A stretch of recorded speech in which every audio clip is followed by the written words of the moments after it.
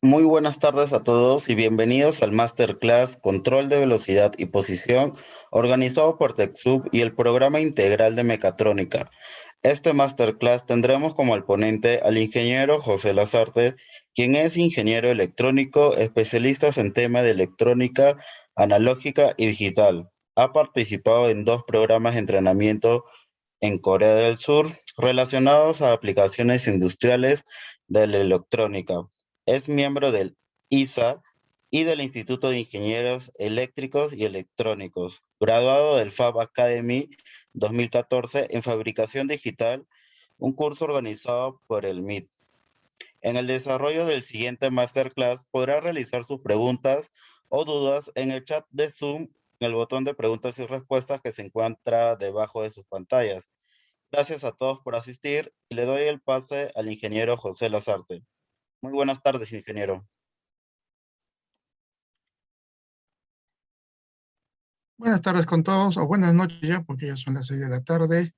Vamos a comenzar este masterclass sobre control de velocidad y posición. Y para lo cual vamos a comenzar compartiendo mi pantalla. ¿De acuerdo? Y un instante, vamos a hacer eso.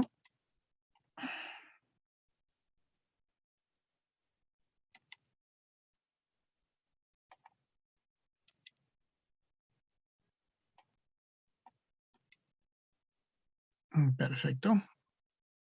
Correcto. No sé si ya se está viendo mi pantalla compartida. Voy a lanzar la presentación. ¿Sí? Por favor, confirmar si se está viendo correctamente. Confirmado, ingeniero. Ok, perfecto. Muchas gracias.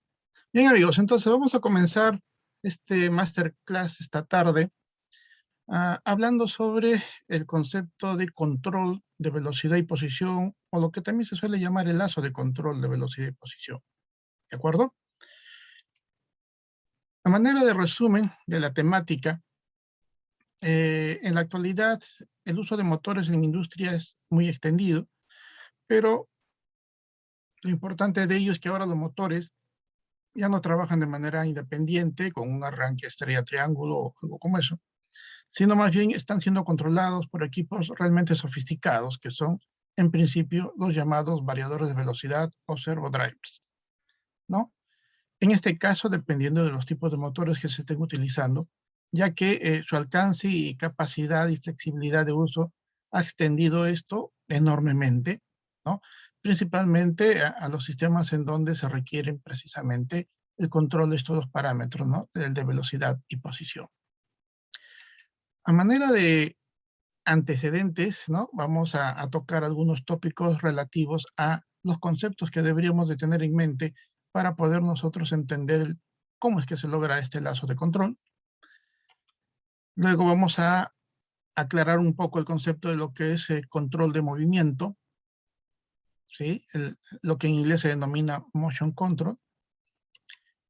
Vamos a hablar luego del lazo de control de velocidad y posición en sí, tratando de explicar el concepto bajo el cual se logra hacer esto, qué elementos requiero para lograr un lazo de control de velocidad y posición. Y finalmente vamos a explicar la importancia del uso de los llamados perfiles de movimiento, ¿sí? Que son en el fondo el concepto que nos va a permitir a nosotros lograr ese lazo de control requerido para las aplicaciones dentro de este campo. Entonces vamos a dar inicio. El primer punto a tocar es el tema de, o la parte de antecedentes, ¿no? Control de movimiento.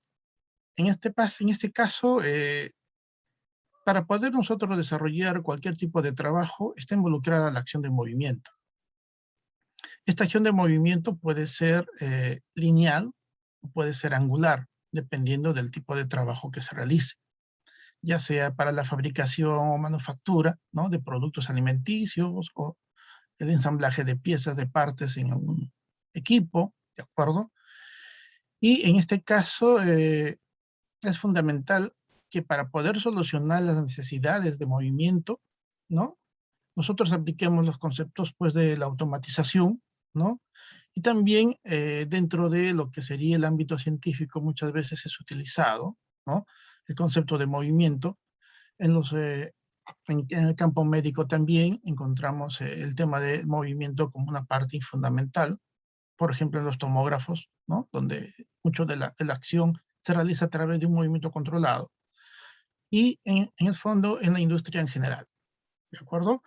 Les presento por aquí un ejemplo de una planta ensambladora de autos en donde todos los sistemas robotizados pues utilizan el concepto de movimiento para poder desarrollar los trabajos asignados a cada una de las etapas, ¿no? Sin embargo, el controlar este movimiento, ¿no? Lo que ahora nosotros vamos a ir denominando como control de movimiento, está relacionado a conceptos de sistemas basados en servos, ¿no? Y también en los llamados sistemas a pasos. Los sistemas servos son sistemas de lazo cerrado de control. En cambio, los sistemas a pasos son sistemas en lazo abierto, ¿de acuerdo? En ambos casos se pueden generar un control de movimiento utilizando ya sea sistemas en lazo cerrado o servosistemas y también sistemas en lazo abierto. Estos van a actuar algo así como los músculos que nos van a permitir desarrollar movimientos, ¿no? Ya sea de traslación, rotación, de manera controlada sobre algún objeto o carga, ¿no? Que es la que nosotros requerimos mover. Entonces aquí vamos a tener involucrados, ¿no? A los llamados motores, ¿sí? Y dependiendo de si estamos en un sistema servo o en un sistema de pasos o a pasos, vamos a tener nosotros los servodrives, en este caso los servomotores, ¿no? Que van a actuar aquí, o pueden ser también motores de pasos, ¿ok? Principalmente orientados al control de posición.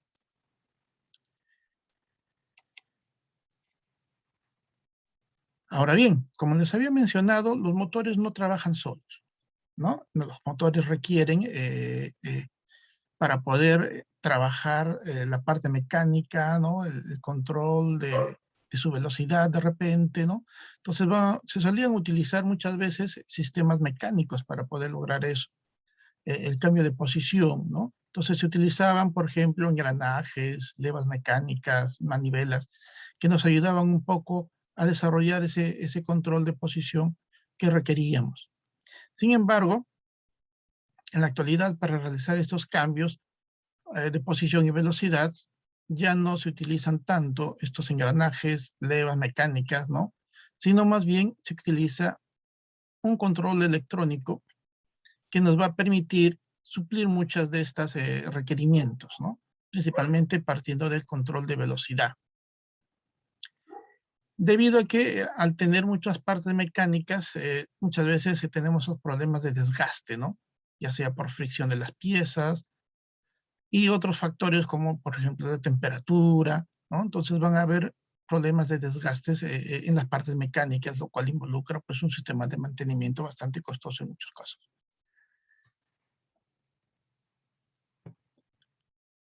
Por otro lado, el hecho de introducir este controlador electrónico va a permitirnos a nosotros disminuir la necesidad de mantenimiento, ¿no? Lubricación y recambio de piezas por desgaste, ¿no? Por desgaste mecánicos. Entonces va a permitirnos a nosotros también reducir costos en cuanto a el sistema en sí que se va a implementar. Aquí entonces encontramos digamos, un quiebre entre lo que se venía haciendo cuando no se tenían controles electrónicos y lo que se logra hacer ahora de manera muy sofisticada y con muy altos niveles de precisión, con niveles o con sistemas de control de movimiento. ¿Ok?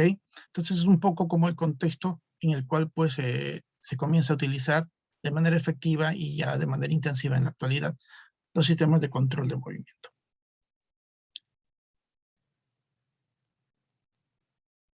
Entonces, si nosotros partimos, dándonos una idea y tratando de contextualizar todos estos conceptos, si nosotros partimos del movimiento, podemos ver que hay dos aspectos que tenemos que tener en cuenta para entender cómo desarrollar este movimiento, ¿no? Y precisamente involucran varias, digamos, varias disciplinas tecnológicas dentro de esto. El movimiento nosotros lo podemos, ¿no? En principio, definir como la capacidad de variar los parámetros de velocidad, por ejemplo, ¿no? Dentro de las cuales podrían ser el cambio de velocidad o el parámetro de velocidad puede cambiar o puede permanecer constante en un valor. De tal caso estaremos hablando de velocidad uniforme, no acelerado, ¿no? Pero también podemos hablar que en el movimiento se va a desarrollar una velocidad variada, una velocidad que va a variar en el tiempo. Eso implica un proceso con aceleración, ¿de acuerdo? Entonces, ese es el primer parámetro que tenemos que tener en cuenta cuando hablamos de movimiento. El segundo parámetro importante que tenemos que tener en cuenta es la posición, ¿no? El movimiento vamos a entenderlo como un cambio de posición muchas veces, y este cambio de posición puede definirse como un desplazamiento positivo, de acuerdo a, digamos, la convención que tomemos, ¿no? O un desplazamiento en sentido negativo. Esto podría darse también independientemente si estoy hablando de un desplazamiento lineal o un desplazamiento angular, ¿no? Entonces, de acuerdo a esas características de aplicación, se conviene pues un sentido como positivo y el sentido contrario como negativo. Entonces, al hablar de posición, vamos a tener que hablar de desplazamientos positivos o de desplazamientos negativos, ¿no? Ya sea que lo contabilicemos en forma lineal o angular. Luego tenemos otro parámetro importante que está relacionado con el movimiento también, que es el torque, ¿no? Muchos hablamos de torque, lo utilizamos muchas veces para poder identificar el nivel de trabajo que puede desarrollar un equipo frente a una carga determinada. Entonces vamos a poder identificar que este movimiento puede darse con torque constante, ¿no? Cuando la carga permanece constante en digamos, la necesidad de torque para mantener el movimiento, o de torque variable, ¿no? Entonces podríamos tener también movimientos de torque en donde este torque está cambiando, la carga cambia de masa constantemente, ¿no? Entonces el nivel de torque requerido va a estar en función a si la carga mantiene su masa o si la carga varía la masa, ¿de acuerdo? Entonces, ese es un aspecto que tenemos que tener en cuenta con respecto al movimiento, ¿no? Considerar la velocidad, la posición y el torque. Aquí viene pues entonces el detalle. Yo necesito, para poder tener un movimiento controlado, el controlar velocidad, posición y por ende torque, ¿de acuerdo? Y estas son las variantes que podríamos encontrar dentro de este contexto. Por otro lado, estos están referidos específicamente al proceso de movimiento, ¿no? Al movimiento en sí, con el objeto, la masa se desplaza, cambia de posición a una mayor o menor velocidad, variante o no, con mayor o menor rapidez, ¿de acuerdo? Sin embargo, podemos también el movimiento observarlo desde otro aspecto, ¿de acuerdo? Este otro aspecto sería, por ejemplo, es el que este movimiento puede desarrollarse únicamente por un único elemento que desarrolla el movimiento, al cual vamos a identificar como eje. Entonces estaríamos hablando del movimiento en un solo eje, cuando tenemos un único elemento que es el que se mueve, ¿de acuerdo? O podríamos también estar hablando de un movimiento de múltiples ejes, ¿de acuerdo? Estos múltiples ejes, por ejemplo, como los que se dan en el caso de la robótica, ¿no? En donde nosotros estamos controlando 2, 3, 4, 5 ejes simultáneamente para lograr con todos ellos desplazamientos a velocidades controladas y con el torque requerido para el trabajo que se ha propuesto, ¿no? Entonces podemos hablar de movimientos en un eje y movimientos en múltiples ejes. Sin embargo, cuando hablamos de movimientos en múltiples ejes, nosotros podemos tener dos posibilidades. Que estos movimientos en múltiples ejes sean no sincronizados, ¿de acuerdo?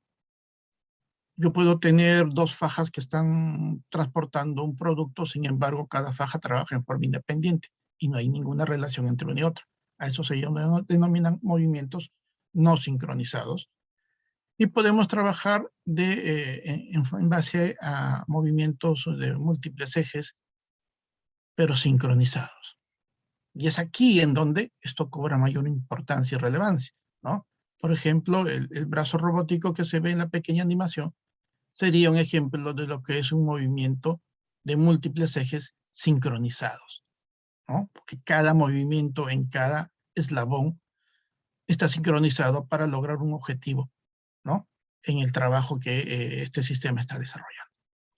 Ahora bien, teniendo este contexto que nos muestra las dos, digamos, los dos aspectos que tenemos que recordar siempre que hablamos de movimiento, tanto sus parámetros como velocidad, posición, torque, como también las características del movimiento en sí, si es en un eje o en múltiples ejes, no sincronizados o sincronizados.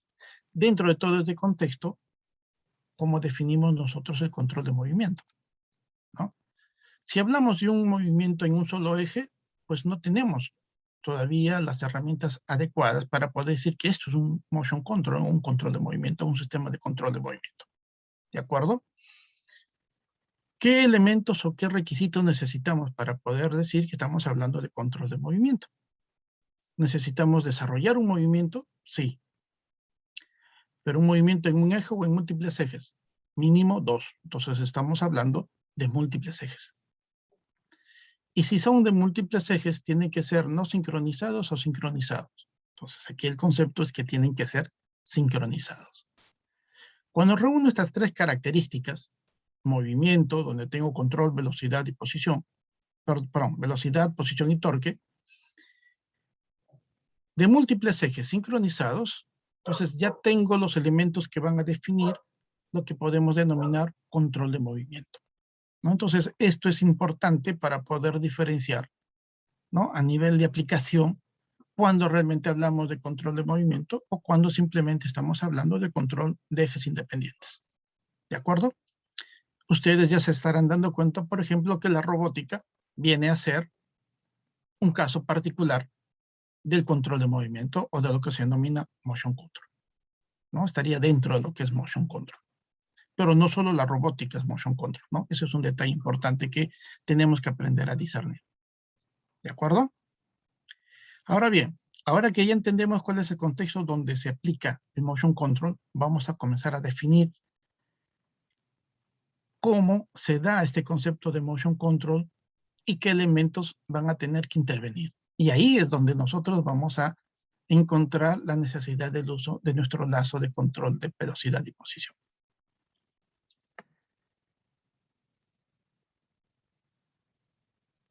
Entonces, comencemos ahora definiendo un poco qué cosa es control de movimiento. ¿De acuerdo? El control de movimiento es un concepto no reciente, es un concepto bastante, digamos, ya con ciertos años de trabajo, ¿no? Comenzó a desarrollarse desde que se trabajaron de los sistemas neumáticos, pero cobró bastante fuerza cuando entraron a trabajar los sistemas electrónicos de control de motores. Ahí se comenzó a tener un concepto más claro de aplicabilidad y se lograron enormes avances en lo que es el control de movimiento. Pero, ¿cuál es el concepto de control de movimiento? Podríamos conceptualizarlo de esta forma. Es una técnica, ¿ya? Es una técnica de control de accionamiento, más de uno, ¿no? Para hablar de control de movimiento, en lazo cerrado. ¿De acuerdo? Por eso, el primer punto aquí importante es identificar que es una técnica de control, ¿no? Que han estudiado, tienen conocimiento de control, van a darse cuenta que aquí se aplica mucho de control. Es una técnica de control para accionamientos en lazos cerrados. Al decir accionamientos, estamos hablando de sincronización de accionamientos, ¿no? Entonces tiene que estar el concepto de sincronismo dentro de ello. Esta técnica nos va a permitir realizar, ¿no?, movimientos a gran velocidad, como en muchas aplicaciones se ven en videos, ¿no?, de planta de ensamblaje, por ejemplo, ¿no?, con gran precisión. Ahí viene, digamos, la fuerza de esto, ¿no? Moverse a alta velocidad y con gran precisión. ¿Qué elementos requiero yo para implementar un sistema de control de movimiento? Vamos a necesitar elementos como equipos, ¿no? Motores, ¿de acuerdo? Vamos a necesitar interconectividad, ¿sí? Sensores, ¿no? Entonces vamos a ir enumerándolos uno a uno para ir identificando el concepto de motion control y los elementos que involucran este concepto. Permite sincronizar varios ejes, ¿no? Entonces no puedo tener motion control o control de movimiento si es que estoy hablando de un solo eje. Tengo que tener más de uno. Entonces permite sincronizar varios ejes como si estuvieran unidos por transmisores, ¿no? Ya sea levas o palancas mecánicas. Es decir, yo ya no necesito la parte mecánica que antes se utilizaba para poder sincronizar movimientos.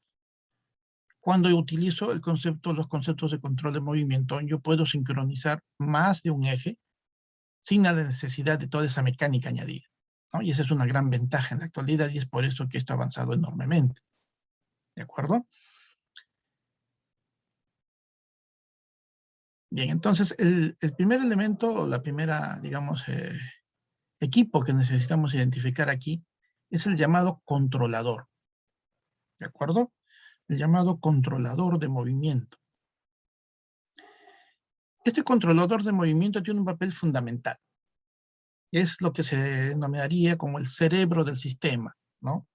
Es el que va a desarrollar los cálculos para poder realizar ese concepto de sincronización de ejes. Entonces me dice, ¿no?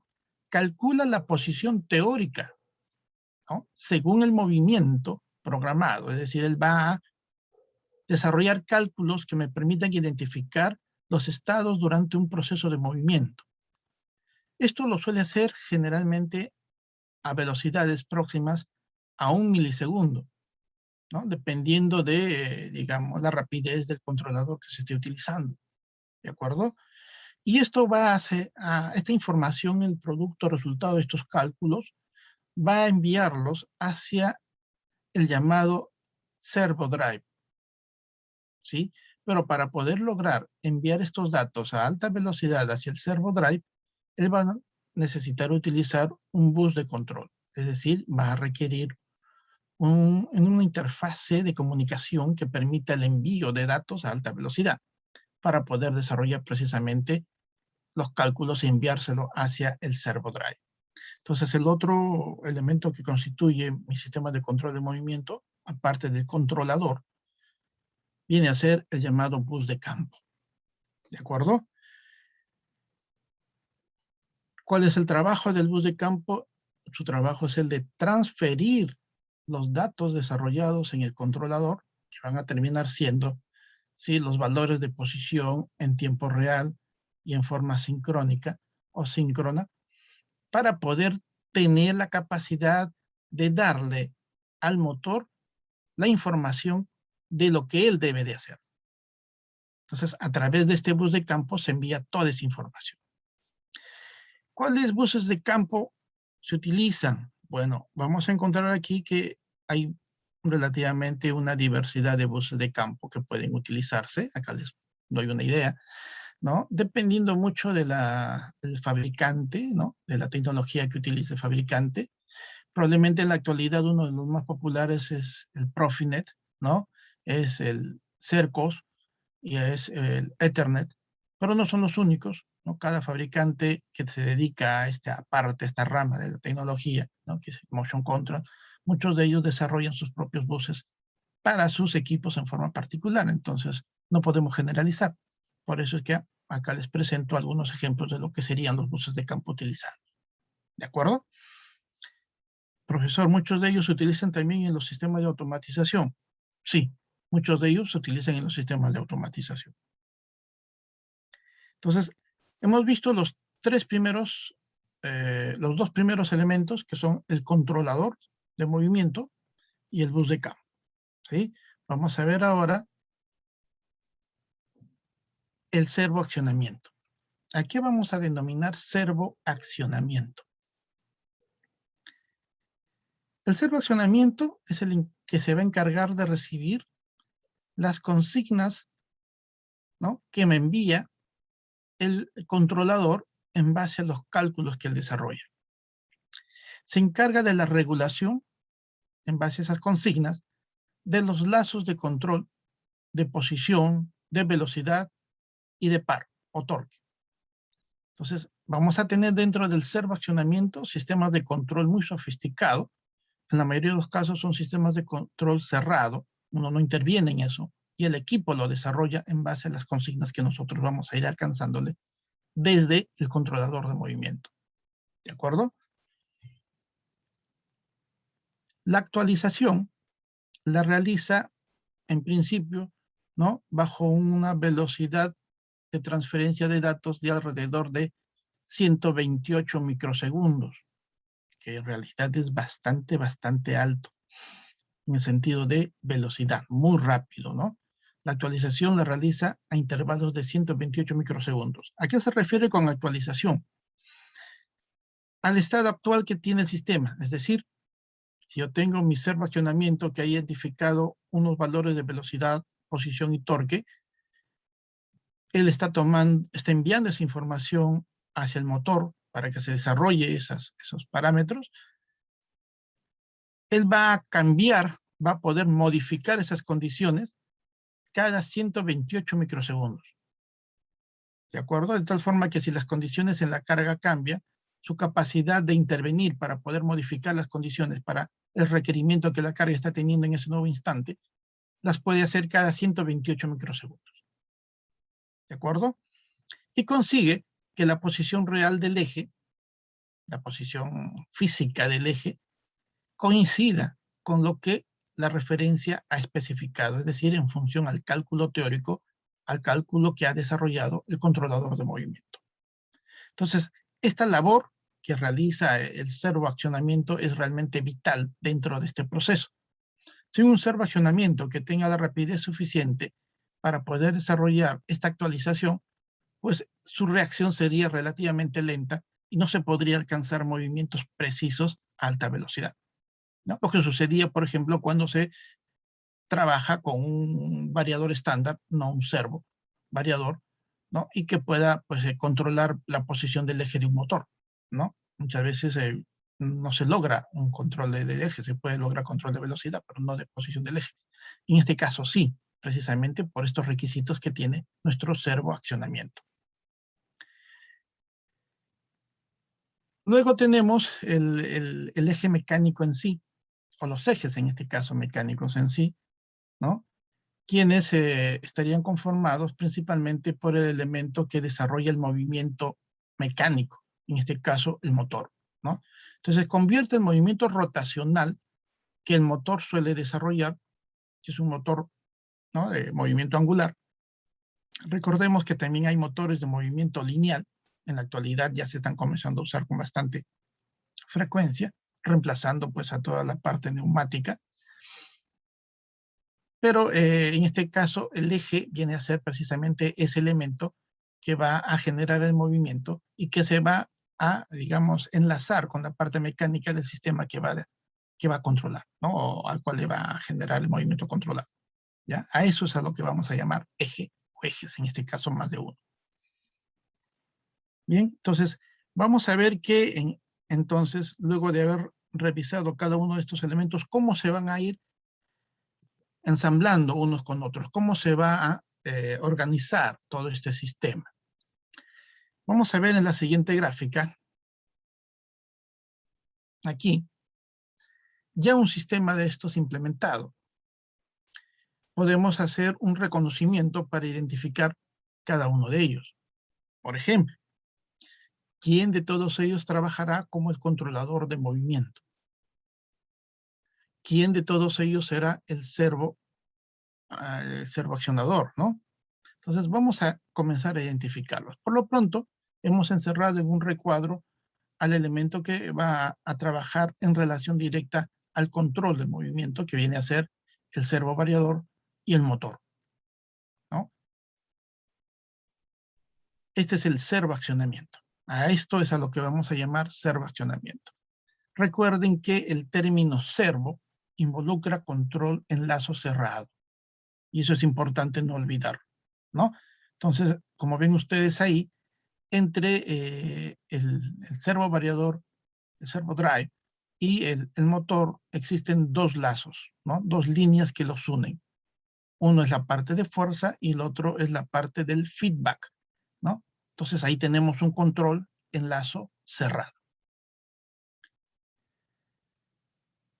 Identificamos a través de esa línea de color azul al bus de campo a través del cual nosotros le vamos a enviar las consignas de velocidad, posición y torque hacia el servo accionamiento, ¿no? Entonces va a haber una conexión que permita enviar a través de un protocolo de comunicación, por eso lo denominamos bus de campo, la data que se está generando, ¿no? Y en este caso generando desde el controlador, ¿no? Y ahí identificamos precisamente quién es el controlador en esta estructura, en este sistema, ¿de acuerdo? Entonces, nuestro controlador es el que desarrolla los cálculos, ¿no? Que vamos a describir un poquito más adelante, y luego de desarrollar los cálculos, ¿no? Cada milisegundo, perdón, envía la información de consigna hacia el servoaccionamiento a través del bus de campo.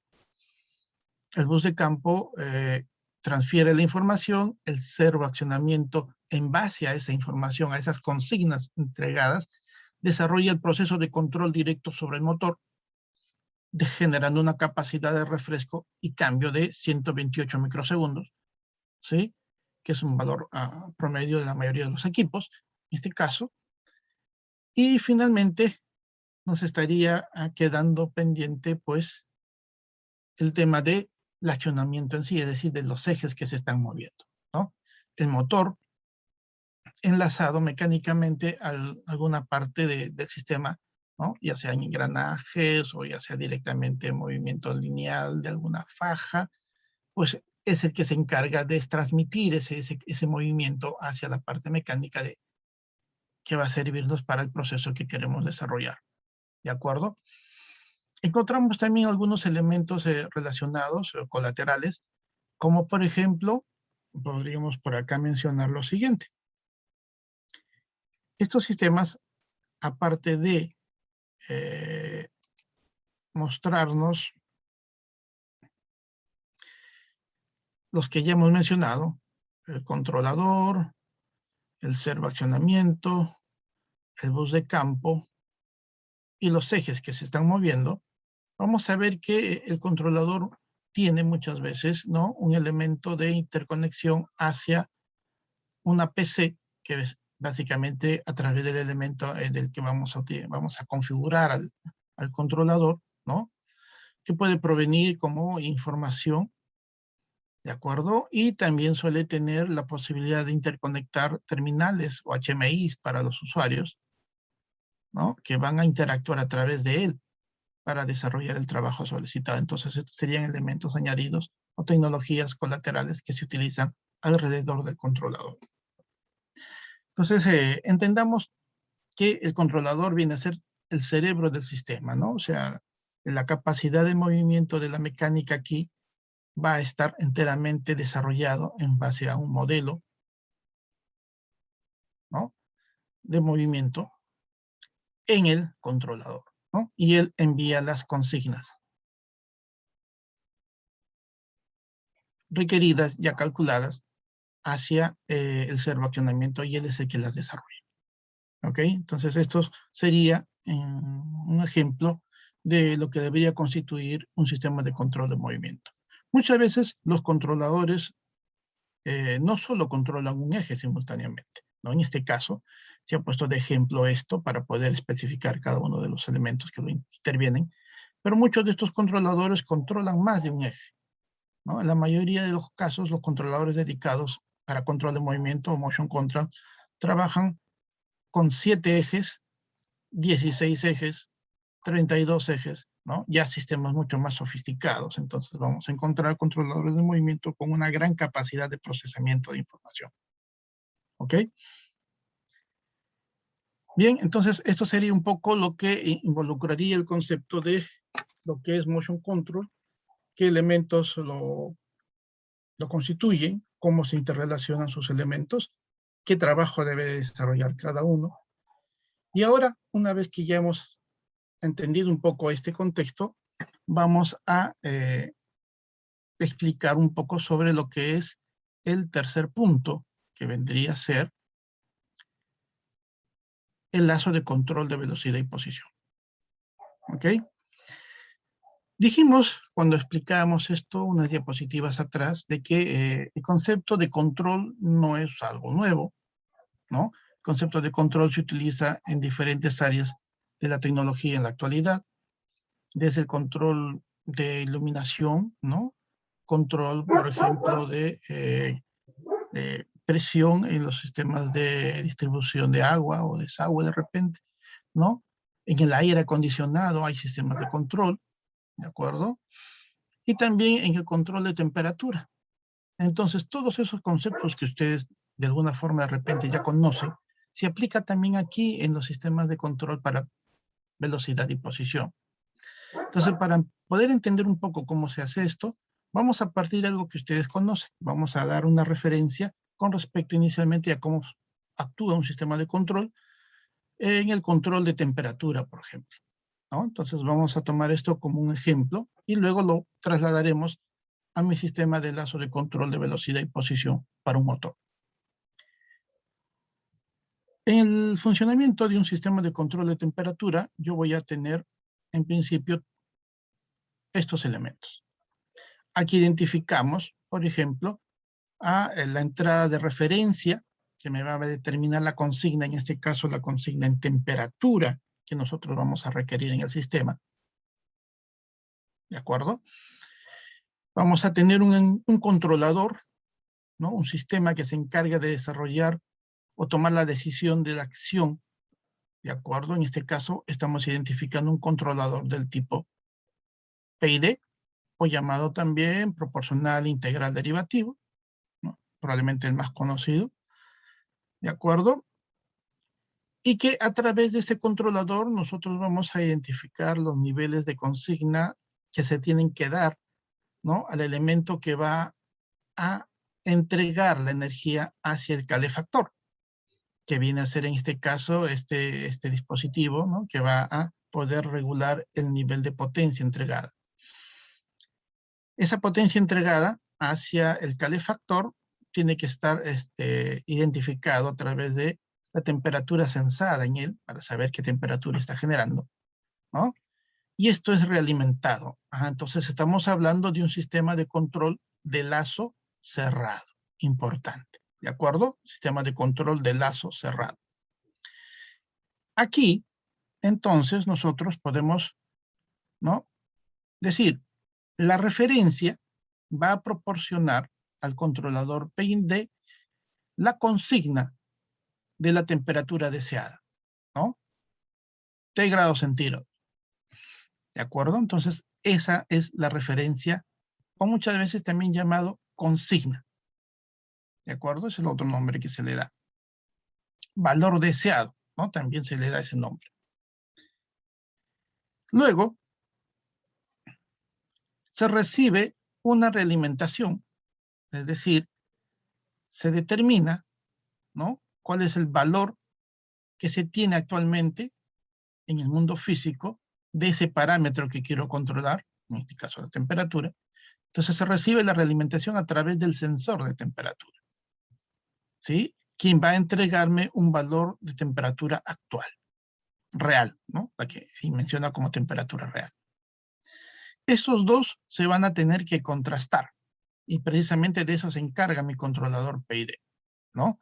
Va a tomar el valor deseado, va a tomar el valor real y va a identificar el error, y en función al grado de este error, él va a desarrollar una acción proporcional, integral o derivativa, ¿no? De acuerdo a cómo se haya calibrado, para dar una respuesta y una consigna de si necesito más potencia o necesito menos potencia aplicada hacia el calefactor. Se actúa entonces sobre la variable de proceso, que es la potencia entregada a la resistencia del calefactor, para que la temperatura real se aproxime cada vez y se iguale a la temperatura de referencia. Es decir, buscamos que el error se haga cero. ¿De acuerdo?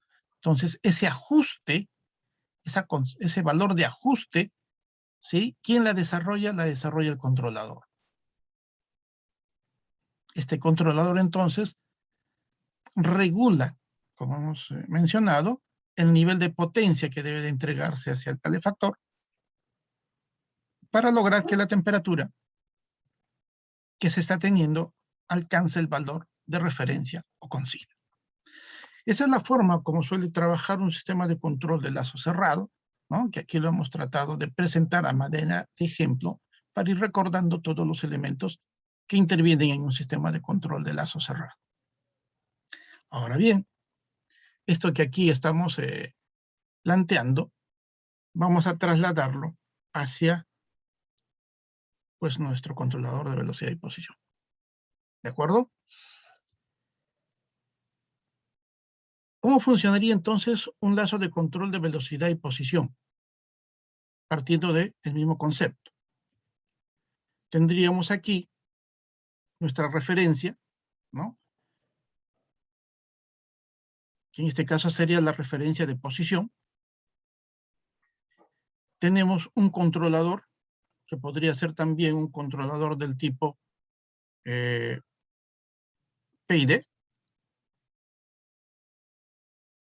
¿de acuerdo? Tenemos nuestro elemento a través del cual nosotros vamos a interactuar con quien va a generar este cambio de posición, que vendría a ser nuestro servo drive. Él va a recibir la salida de referencia desde el controlador. Luego, con esa referencia, él desarrollará los cálculos en función a, digamos, la capacidad de control del motor, y enviará hacia el motor pues, los valores de señal eléctrica adecuada para lograr que él desarrolle un cambio en su movimiento, en su eje, ¿no?, adecuado, y que permita a través de un encoder, por ejemplo, como aquí tenemos aquí, ¿no?, nuestro feedback podría ser tranquilamente un encoder, ¿de acuerdo?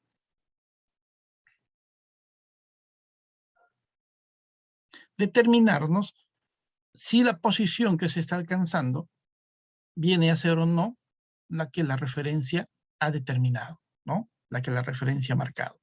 Entonces vemos que, al igual como en el caso del control de temperatura, aquí también tenemos un sistema de control en lazo cerrado, ¿de acuerdo?, con todos los elementos correspondientes, pero ahora para controlar posición y velocidad. Entonces aquí tendríamos lo siguiente. La posición teórica deseada para el eje será lo que nosotros identificamos como referencia, ¿no? Me quiero mover 2 centímetros o 20 milímetros, ¿no? Esa referencia de posición es la que entregamos, ¿no?, a través de este bloque de color amarillo. ¿ok? Esto va a servir como referencia para el controlador. Luego, el encoder, que viene a ser nuestro sensor de posición, entregará la información que va a ser tomada como la realimentación de la posición real física del sistema donde queremos entregar la posición de referencia, donde queremos interactuar. ¿De acuerdo? Entonces, el valor de realimentación o feedback será la posición del eje real, ¿no? ¿Dónde se encuentra realmente? En base a estos dos, al igual que en el caso anterior con la temperatura, se determinará sobre la variable del proceso, ¿no? Entonces, lo puedo acelerar, o mejor dicho, le puedo aumentar la velocidad, le puedo reducir la velocidad, le puedo dar velocidad cero para que se mantenga detenido, ¿sí?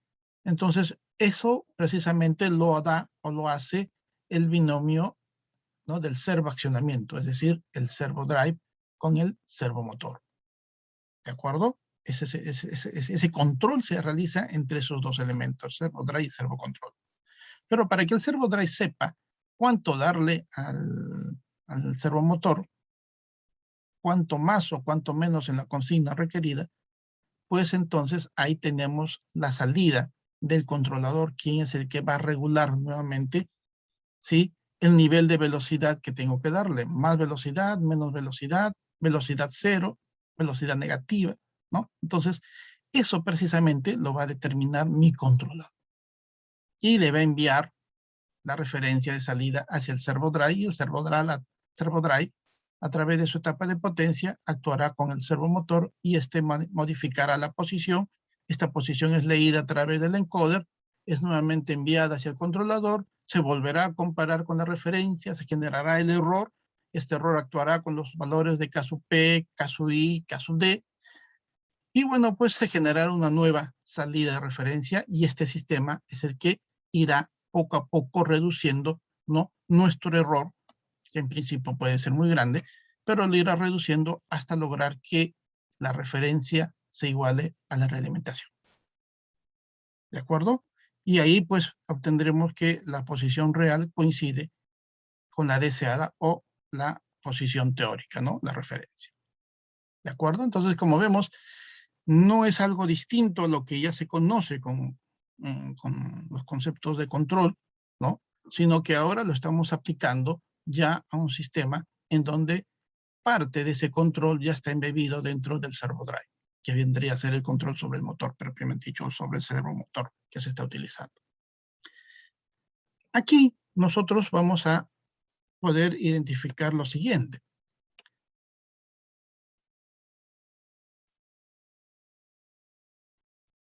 Estamos utilizando un controlador PID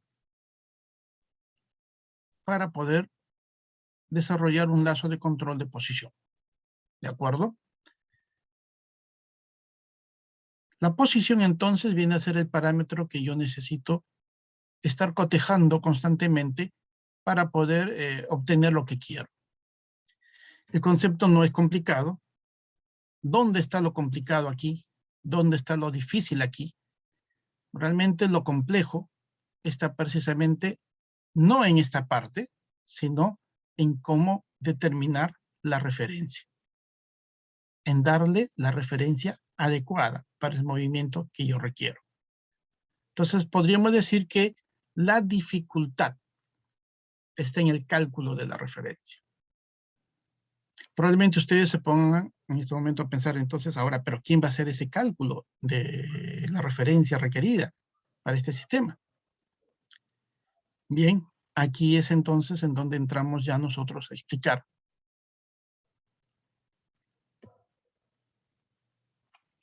¿Qué ocurriría, primeramente, para entender cómo es que vamos a plantear la respuesta a esa pregunta, ¿no? ¿Cómo determinar la referencia? ¿Qué ocurriría, por ejemplo, en este caso, vamos a suponer, ¿no?, qué ocurriría si aplicamos directamente el valor de la posición de destino, ¿no?, a la entrada de mi controlador PID? Imagínense que yo, pues, entendí este concepto y dije, bien, voy a usar mi PID y voy a definir, ¿no?, voy a aplicar directamente mi controlador PID, enlazo cerrado, y le voy a dar directamente mi referencia. ¿Qué pasaría con mi sistema? Consideremos un movimiento de avance, por ejemplo, de 800 milímetros, que sería más o menos 80 centímetros, ¿no? Y le aplicamos directamente este valor de consigna referencia a mi sistema. Entonces, al aplicarle mi referencia de 800 milímetros, a la entrada de mi controlador, como estamos viendo ahí, posición deseada, 800, en este caso milímetros, partiendo de que mi posición actual es la ubicación 0, posición real, lo que viene desde la referencia o feedback es la posición 0, observaríamos nosotros una respuesta que podríamos graficarlo, un poco para entender cómo es que se da, ¿no? En un eje velocidad versus tiempo, de tal forma que este tendría una respuesta como se observa en esa gráfica, y precisamente ahí viene el por qué no se debe hacer esto de manera así directa, ¿no? En primera instancia, partiendo de la posición 0 con respecto a la posición deseada, el error sería muy elevado, ¿no? El error sería enorme. 800 menos 0, 800. Entonces tenemos un gran valor de error. Ese gran valor de error va a generar como consecuencia que el controlador se sature. ¿Por qué? Porque él va a requerir cambiar, reducir ese error al máximo, y por ende va a enviar la salida a un valor lo más alto posible, lo que se denomina generalmente un estado de saturación. Entonces la salida se satura tratando de alcanzar rápidamente esa posición, lo cual implicaría un altísimo valor de velocidad, ¿no? Entonces, esa sería la consecuencia inherente de este estado inicial con este controlador. Entonces la salida se satura tratando de alcanzar esa posición de manera rápida, mandándole pues la máxima consigna posible de velocidad, ¿no? La máxima consigna de velocidad, ¿no?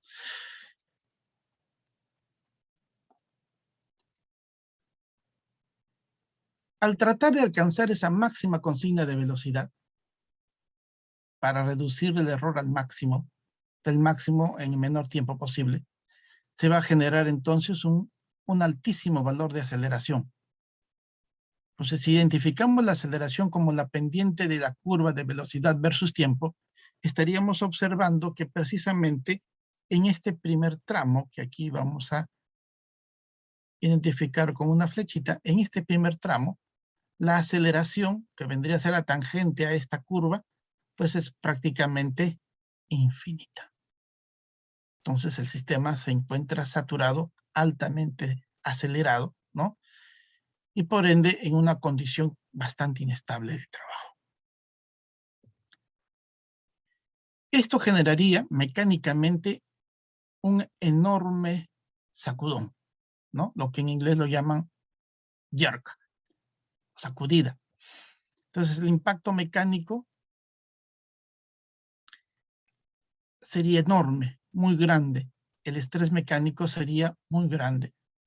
Muchas veces esto puede afectar al proceso, sí, puede generar daño en las partes mecánicas también, que se da de manera constante y muy fuerte, ¿no? Entonces, esto implica, pues luego de alcanzar ese estado de saturación, que paulatinamente, como ustedes pueden ir observando aquí en este lado de la gráfica, paulatinamente la velocidad va a ir reduciéndose, ¿no? Hasta que en un momento determinado, pues se reduce a 0 cuando se alcanza ya la posición. Sin embargo, el movimiento aquí ha sido muy violento, el movimiento ha requerido mucha energía, motivo por el cual aplicarlo así directamente no resulta siendo conveniente para el sistema mecánico y para el sistema en sí. Entonces, ¿cómo es que nosotros logramos tener un control? Porque así como está, esto sería pues un movimiento incontrolado, ¿no? Un movimiento que no se puede controlar, se da en forma violenta, ¿no? Para poder nosotros lograr controlar esto, ¿de acuerdo? Vamos a aplicar un concepto muy importante. ¿Cuál es este concepto? El concepto de perfil de movimiento. Y esto es lo que se hace siempre, independientemente de que esté trabajando con alguna marca o alguna otra marca. En todos ellos se trabaja siempre con un perfil de movimiento, ¿sí? Este perfil de movimiento va a ayudarnos precisamente a entregar consignas de manera mucho más mesurada. Aquí, a mi controlador PID. Aquí está mi controlador PID. Este bloquecito va a ser mi perfil de movimiento dentro de mi motion controller o mi controlador de movimiento. Y dentro de él, este bloquecito de color amarillo va a ir suministrando, ¿sí?, las consignas teóricas que debería de ir alcanzando mi controlador, y en base a esas consignas teóricas el controlador va a definir la referencia que se va a enviar al servo drive. El servo drive, en base a la consigna, que ahora no es simplemente la consigna final, sino una serie de valores intermedios que el Motion Profiler o el perfil de movimiento va a desarrollar y va a calcular y va a enviar, va a desarrollar un movimiento mucho más armónico a través del motor, ¿no?, sobre la carga.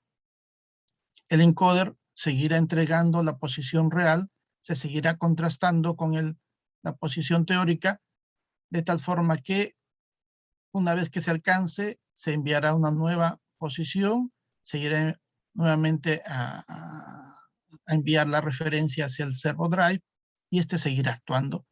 Esto va a generarnos entonces a nosotros un cambio radical en el comportamiento del sistema de control de movimiento.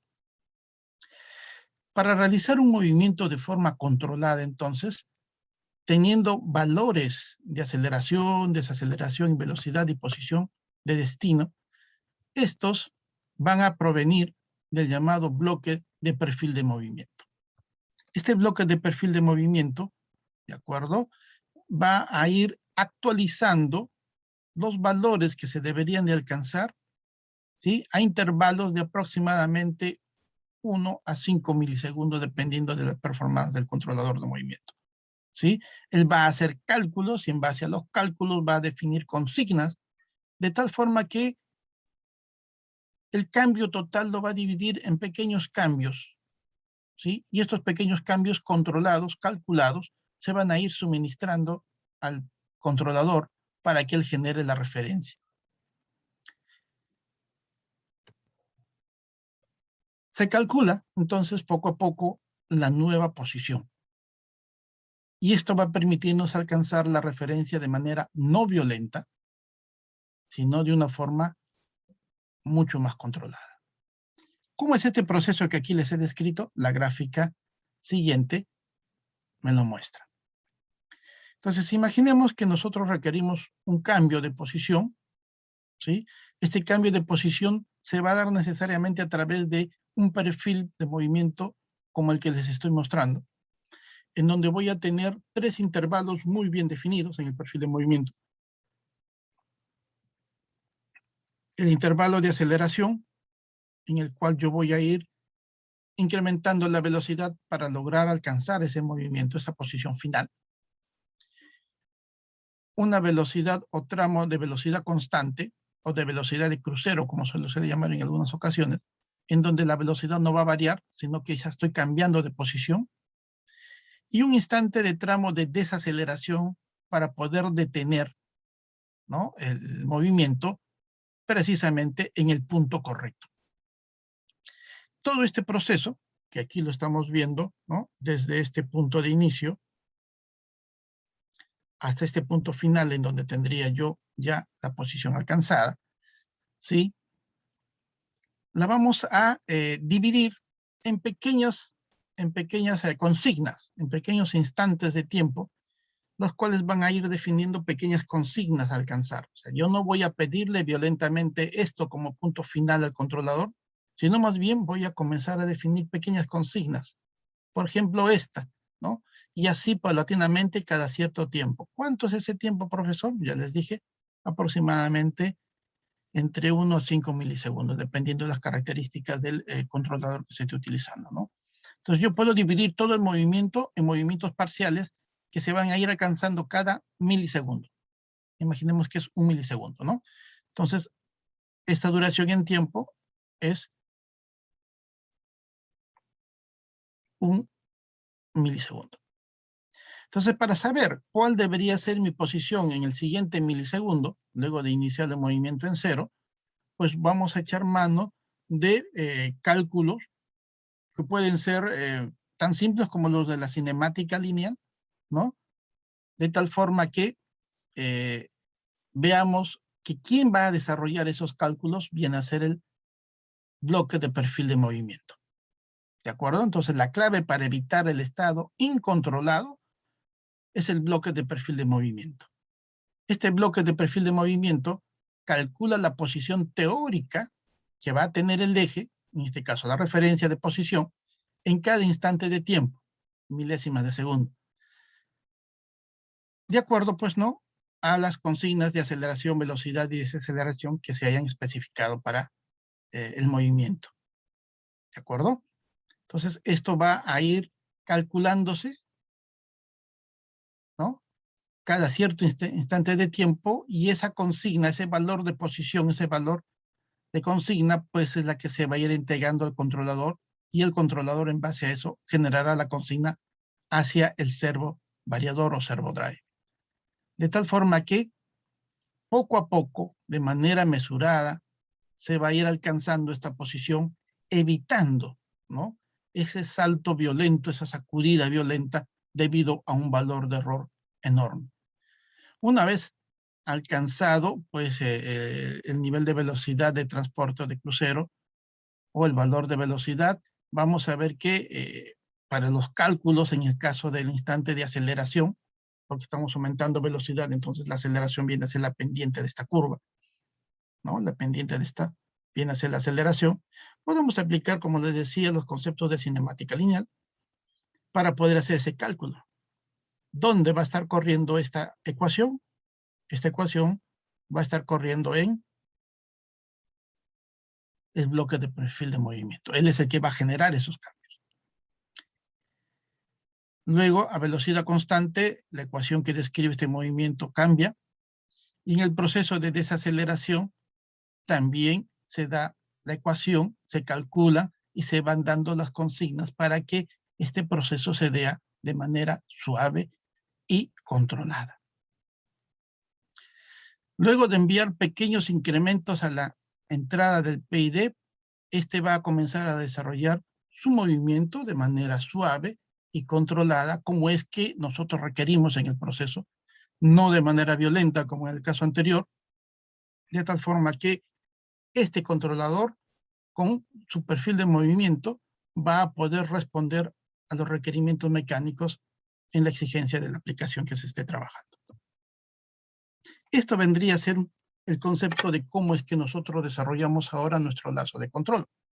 Entonces, nuestro lazo de control de velocidad, ¿sí?, y posición es un control en lazo cerrado en donde la referencia tiene que ser calculada en base a un perfil, ¿no?, un perfil de movimiento. Eso vendría a ser un poco el resumen de lo que está detrás de estos sistemas de control de velocidad y posición.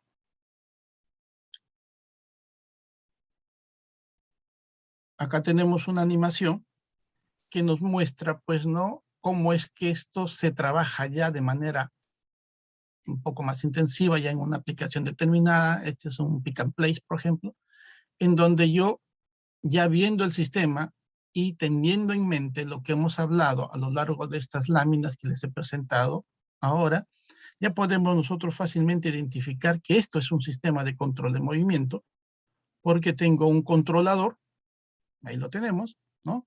Tengo un controlador que está interconectado a través de un bus de datos con los servoaccionamientos. En este caso no tengo uno, tengo 3 servoaccionamientos, cada uno controlando un eje distinto, ¿no? y en el cual se desarrolla el movimiento de manera sincronizada, que viene a ser el concepto que involucra y enlaza todos estos sistemas, ¿no? Todos los cambios de posición se dan en forma sincronizada. Entonces, aquí identificamos un sistema de control de movimiento, con control de velocidad, con control de posición, ¿no? Y por ende también con control de torque a través de los servodrives. Entonces, a manera de resumen, ya un poco terminando esta pequeña presentación, la base del control de velocidad y posición está en el uso adecuado de los perfiles de movimiento. Los perfiles de movimiento entonces pueden ser muy simples para movimientos rectilíneos directos, o pueden ser o llegar a ser muy complejos como los que se aplican en el caso de la robótica, por ejemplo, ¿no? Diferentes tipos de robots se desarrollarán diferentes perfiles de movimiento en base a sus características de cálculo, características dinámicas, características físicas, ¿de acuerdo? De tal forma que ahí es donde se involucra pues el conocimiento del movimiento en sí, todo lo que es el estudio de la cinemática directa, cinemática inversa, para poder determinar cuáles son los perfiles de movimiento más adecuados para el movimiento que se quiere desarrollar. ¿De acuerdo? Para movimientos de alta complejidad, en el caso de los servodrives, en el caso de aplicaciones industriales, ¿no? Se hace uso de conceptos de lazos de control con ganancias anticipativas, ¿no? El llamado feed forward, lo cual ustedes, si tienen algún conocimiento de lo que es el control avanzado, van a ver que pues se utiliza esto, es un tema muy amplio de estudio dentro de esa parte, ¿no? Y que está estrechamente relacionado, en este caso, para aplicarlo a movimientos mucho más complejos. El uso de ganancias anticipativas, pues entonces nos va a permitir a nosotros mejorar muchísimo más la respuesta de nuestro sistema en cuanto al control de velocidad y posición, de tal manera que nos va a permitir reducir los errores, ¿no? A valores realmente muy pequeños, y con lo cual se va a conseguir un alto nivel de sincronización de movimientos, ¿no? Teniendo una altísima exactitud, utilizando pues, varios ejes simultáneamente. Y esto es lo que se utiliza precisamente ya en lo que es motion control aplicado a industria o aplicado a robótica o a lo que es el CNC. ¿De acuerdo? Entonces, esto sería un poco ya el inicio de todo este estudio dentro de lo que sería pues el control de velocidad y posición. Bien, entonces con esto llegamos al final de esta disertación. No sé si hay preguntas, estaría a partir de ahora ya no a contestarlas dentro del tiempo que pudiéramos nosotros manejarlo.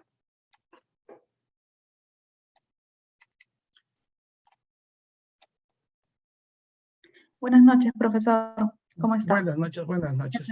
¿Cómo está? Todavía no tenemos preguntas. Yo los invito a todos los participantes, a todos los asistentes que no olviden que pueden dejar sus preguntas, sus consultas, dudas en el apartado de preguntas y respuestas que está aquí en el chat, ¿no? Para luego poder contestarlas.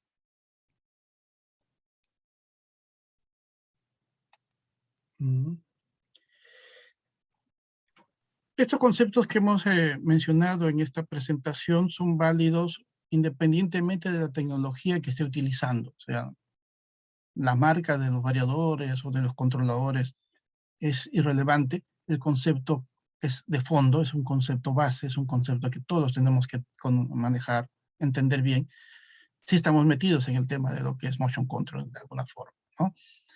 De repente el otro aspecto interesante aquí es que este controlador de movimiento que hacía mención, que es el cerebro de todo este sistema, puede ser trabajado en base a un controlador de movimiento dedicado.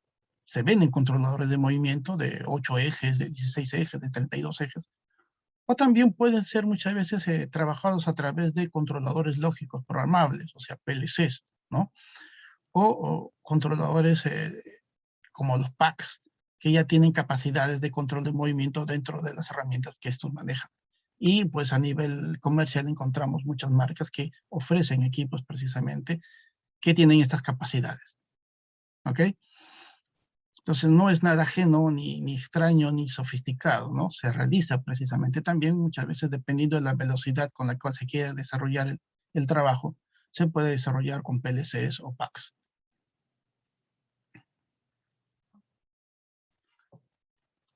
A ver, por ahí hay unas preguntas que vamos a responder. ¿Qué método de sintonización existe en el PID? Bueno, cuando hablamos de controlador PID, muchas veces ya, como esto está metido dentro del variador, tú no lo ves directamente, ¿no? Ya el variador se autosintoniza, ¿no? En muchos casos se desarrollan sistemas de autotuning. Entonces, ya eso está embebido dentro del equipo. No es que tú vayas a tener que hacer el método de sintonía como lo haces en un sistema de automatización, por ejemplo, de fajas, ¿no? O de, no sé, de temperatura de un horno, no. Estos sistemas ya están organizados de tal forma de que tú entras al variador o al servo variador y él ya tiene la opción de poder hacer autosintonías dependiendo del tipo de accionamiento que va a desarrollar, ¿no? Es un poco para contestarle a Ronald Chávez, ¿ok? En principio, ¿qué utiliza? Pues utiliza los que tú conoces en campo de método de sintonía. Puede ser el de curva reacción, ¿cómo se llama? Espérate, vamos a ver. El de curva de reacción, puede ser el método de Nicholson, ¿no? Schwarz, o alguno de ellos, ¿no? Dependiendo de lo que el fabricante haya implementado. Normalmente los manuales te especifican cuáles son los métodos que él suele utilizar dentro de su capacidad de autosintonización, ¿ok? A ver, lo que nos pregunta Adrián, ¿puede decirnos en qué país está mayor fuerza este sistema? Bueno, con lo que es Industria 4.0 te estaré indicando de que la automatización y los sistemas de control de movimiento son de uso intensivo en todos. Aquí en nuestro país también, aquellas fábricas que desarrollan manufactura están utilizando estos sistemas. Lo que pasa es que muchas veces cuando no se tiene el concepto claro, uno no identifica qué se está usando, ¿no? Si es, por ejemplo, aquellas que desarrollan el envasado de productos están usando sistemas de control de movimiento, ¿no? Aquellos que hacen selección ¿cómo se llama?, de productos dentro de fabricación, ya sea piezas plásticas, ¿no? O algún tipo de manufactura, están desarrollando sistemas de control de movimiento porque si no, no podrían sincronizar el movimiento de las piezas a través de los diferentes procesos de fabricación. Y esto es la base, pues, de lo que más adelante se escala ya hacia lo que es Industria 4.0, cuando todo esto va a ser visualizado desde sistemas de comunicación a nivel más global, ¿no? Entonces, no es que en ningún país, ahora el país que no utilice eso, pues prácticamente no tiene una industria, ¿no?, competitiva con el resto del mundo. Nuestro país sí se hace bastante, ¿no? Eso para contestar un poco a Adrián Alvarado. Incluso en las plantas de fabricación de metales, como por ejemplo Sider Perú, ¿no? Aceros Arequipa, todos los sistemas de control de movimiento están aplicándose para la formación de las, ya sea de los bloques de metales que venden, ¿no? De las láminas o de repente de las varas, todos esos están basados en sistemas de control de movimiento. El tema es que a veces no lo identificamos. ¿De acuerdo? Eso para contestar a Adrián. Y Ronald me pregunta, ¿qué métodos de sintonización PD son recomendables? Bueno, como le respondía a Ronald al inicio, más que recomendarles, cuando hablamos del controlador o la relación entre el variador y el motor, ya el fabricante te hace eso, ya te da el sistema óptimo para poder obtener la mejor respuesta. Entonces no lo vas a tener que hacer manualmente, ya el sistema lo hace. Lo que sí tendrías que un poco de repente identificar es qué metodología específica está usando el fabricante, ¿no? Y eso, pues, más que nada para poder ver si el procedimiento que estás haciendo para lograr eso es correcto o no. ¿De acuerdo? Bien, por ahí veo por aquí en el chat.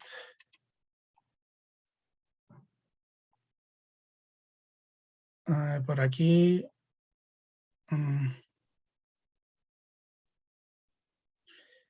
Con respecto a lo que preguntaba algunos panelistas, dice, disculpe, ¿esto va a desarrollarse en algún curso o especialización? Bien, esto está dentro del tema del programa que se está, en este caso, ¿no?, mostrando, que es el programa de mecatrónica.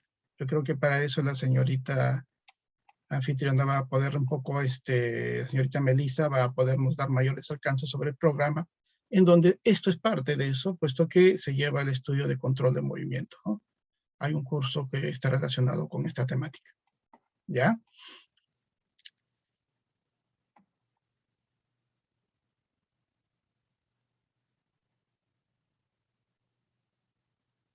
No sé si, al margen de estas preguntas,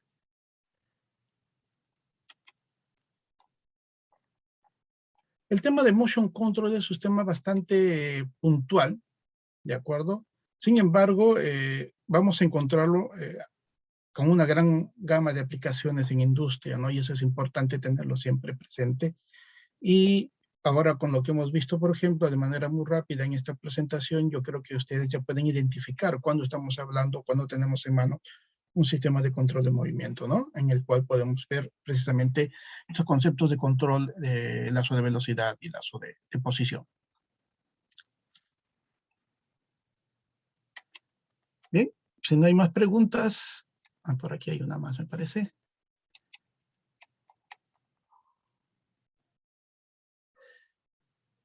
Programas de brazos robóticos. Sí, vas a hacer prácticas. Tenemos ahí en los laboratorios más de un brazo robótico en el que tú vas a aprender a configurarlos, a programarlos y desarrollar tus rutinas de movimiento con ellos, ¿no?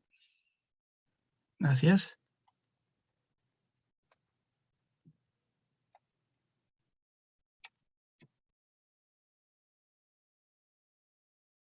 Eso con respecto a que preguntaba sobre los brazos robóticos.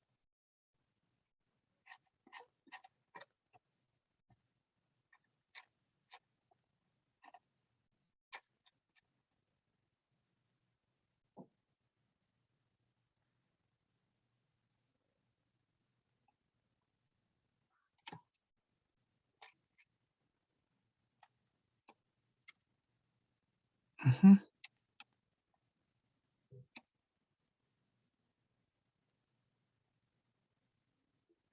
Bien, amigos, entonces, si no hay más preguntas, estaría dándole el paso a la señorita Melissa para que nos informe de repente sobre ya el programa en sí.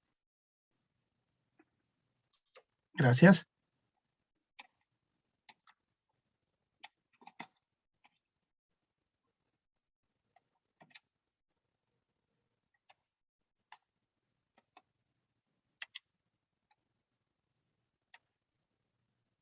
Muchas gracias, profesor Lazarte, por su exposición. Antes de finalizar, quiero comentarles a todos los asistentes que este masterclass fue auspiciado por nuestro programa integral de mecatrónica. ¿Sí? Este programa cuenta con laboratorios, con equipos aplicados a la mecatrónica industrial y con docentes de amplia experiencia. Esta capacitación está iniciando el 13 de agosto en un horario de viernes de 6 hasta las 9:30 y los domingos de 8 a 1:30 en la modalidad semipresencial. ¿Sí? Es un programa modular. Al ser un programa modular, en el primer módulo ustedes van a llevar lo que es sensores y actuadores mecatrónicos. En el segundo módulo, manufactura asistida. El tercer módulo estarían llevando controles y sistemas mecatrónicos. En el cuarto módulo estarían llevando lo que es control de velocidad y posición. En el quinto módulo, lo que es robótica. Y en el sexto módulo, integración de sistemas mecatrónicos. Cada uno de los módulos tiene una duración de 43 horas en total, ¿no? Ahora, al finalizar todo el programa con una nota probatoria, pues sí, se les entrega, obviamente, se les otorga un certificado a nombre de TechSoup. En cuanto a la inversión, este programa integral de mecatrónica actualmente tiene una inversión de 5.075, ¿no? Y esto obviamente lo pueden pagar hasta en 6 cuotas de 890, pero por haber asistido al masterclass el día de hoy, ustedes tienen una inversión exclusiva. La inversión para ustedes por haber asistido al masterclass es de 4.568 y lo pueden pagar también en 6 cuotas, ¿sí? 6 cuotas de 801, ¿sí? Entonces yo los invito a que ustedes puedan escribirme en cualquier momento. Mi nombre es Melissa Chan, mi correo es mchan@techsoup.edu.pe y mi WhatsApp es el 939-1170-42. Los invito a que puedan escribirme si aún el día de hoy no se animaron a realizar alguna consulta al WhatsApp, que pueden ver en la pantalla, me pueden dejar todas las dudas, consultas que tengan referente al programa, ¿no? Y yo puedo resolver estas consultas el día de mañana. A mi correo también me pueden escribir, ¿no? Y poder acceder a este beneficio exclusivo que tienen, tan solo por haber asistido al Masterclass el día de hoy. Nada, no sé si tenga usted algo que agregar, profesor, para poder finalizar. Bien, por mi parte, agradecer la asistencia, ¿no?, de las personas interesadas. Si tienen alguna consulta respecto de repente de la temática, como mencionaba la señorita Melissa, pues la pueden hacer, pues estaremos llanos a poderlos contestar y guiar, ¿no?, de acuerdo a sus consultas. Exacto. Igual les recuerdo que este Masterclass se los voy a compartir el día de mañana. Se les está enviando este Masterclass, la grabación, para que puedan volver a verlo. Si es que entraron a la mitad, no se preocupen, lo van a poder ver nuevamente el día de mañana. ¿Sí? Para finalizar, agradezco nuevamente la participación de todos a nombre de TechSoup. Muchas gracias nuevamente, profesor Lasarte, por la ponencia. Espero que todos se encuentren muy bien. Nos vemos en un próximo Masterclass. Muchas gracias a todos. Nos vemos, muchas gracias, buenas noches.